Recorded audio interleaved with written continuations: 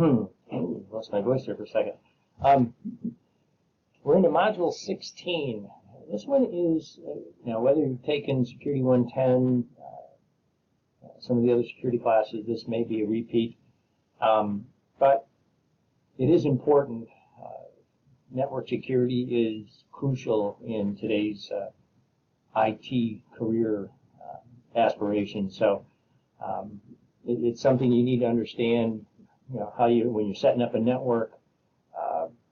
Definitely without securing it, definitely leaves your career for a very short cycle. So hopefully in this session you're going to learn a little bit about security threats and vulnerabilities, what kind of network attacks, how do we now mitigate those attacks, and a little bit about how to configure your network devices. So it's that last device security piece that'll be a couple of packet tracer exercises in there. But the first three sections pretty much are introduction fundamentals of security. So we'll see how many videos this turns out to be. So let's look at the types of threats. In a wired and wireless world, it's definitely, since we depend on our computers so much, you need to make sure that they're secure. Because if somebody tries to break in, intrusion by an unauthorized person can affect network outages, loss of work, money, things of that nature. So very important to keep an idea, keep security in the back of your mind at all times. Now there are the person that is breaking in is basically called, at least in terminology of security, they're called the threat agent or threat actor. And there's one trying to break into your system. And there's kind of four different areas, threats that may arise. Definitely the first one we know about is information theft. Stealing identity, stealing confidential information, business secrets, things of that nature. Looking at data loss, breaking in to destroy or alter data records, changing your grade from a B to an A, making sure that you totally destroyed the record so your parents didn't find out what kind of grade you had.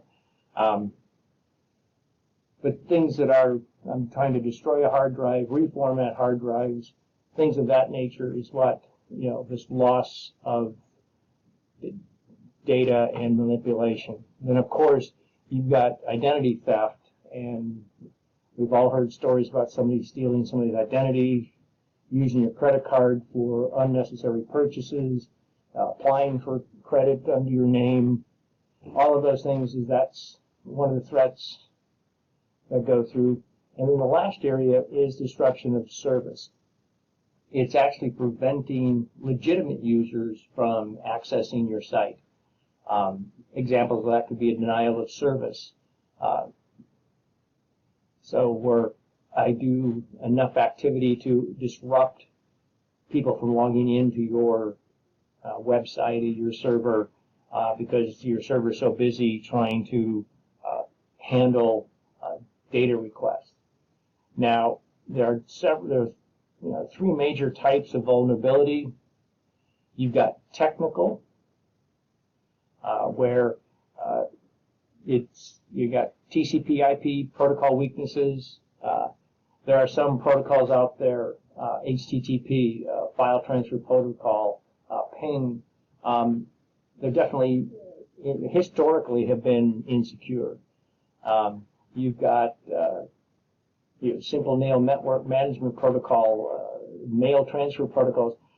These also have some failures to them in the design of the protocols, and that's why you end up having HTTPS, or you make sure they're run on a TCP protocol versus a UDP protocol to make sure that you have a chance at getting some of this stuff back.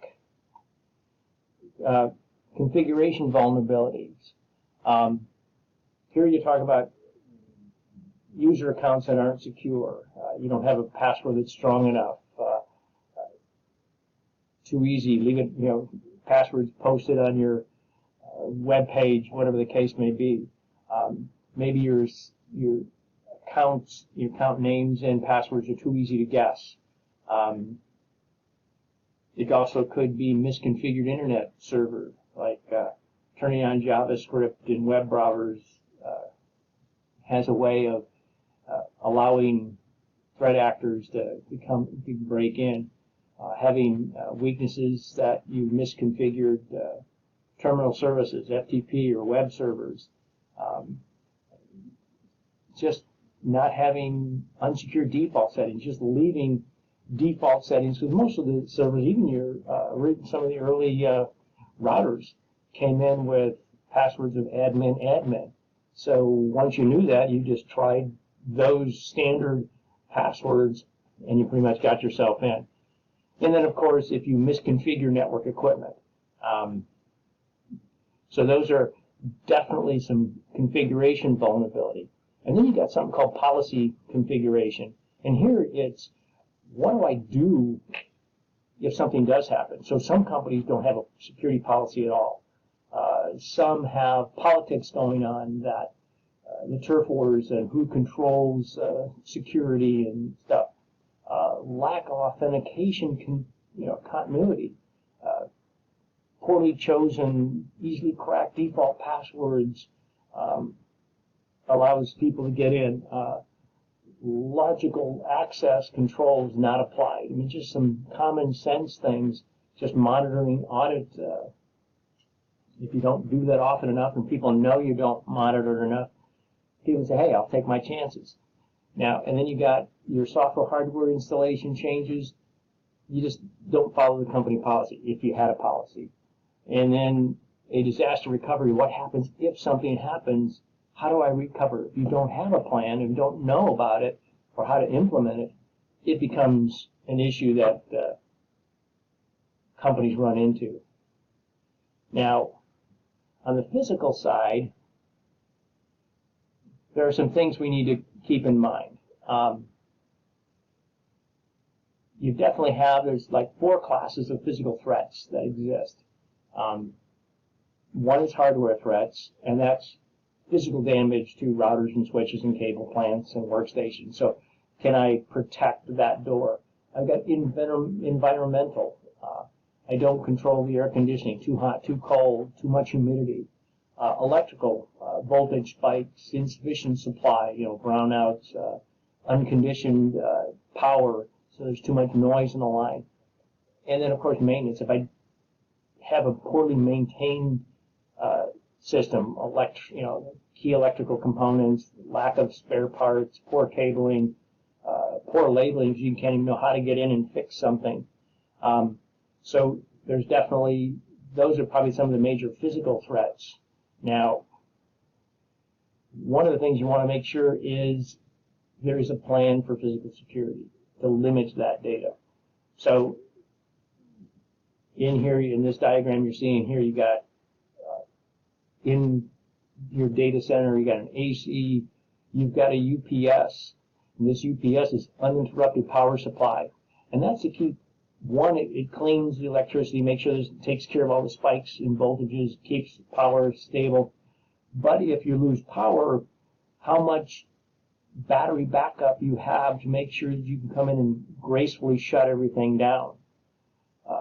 And that'll just depend on how far away your administrator is, because usually those power events happen at the worst time of day, middle of the night, and questions how long does it take your administrator to come in and shut everything down, or can they do it remotely?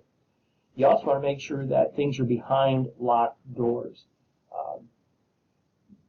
Whether it's card reader, key reader, some kind of, but you need to make sure that there are ways of knowing who can and cannot come into that secure area where all your equipment is. So just a few things. So take a look at this quiz, and we'll move on to the next section on network attacks.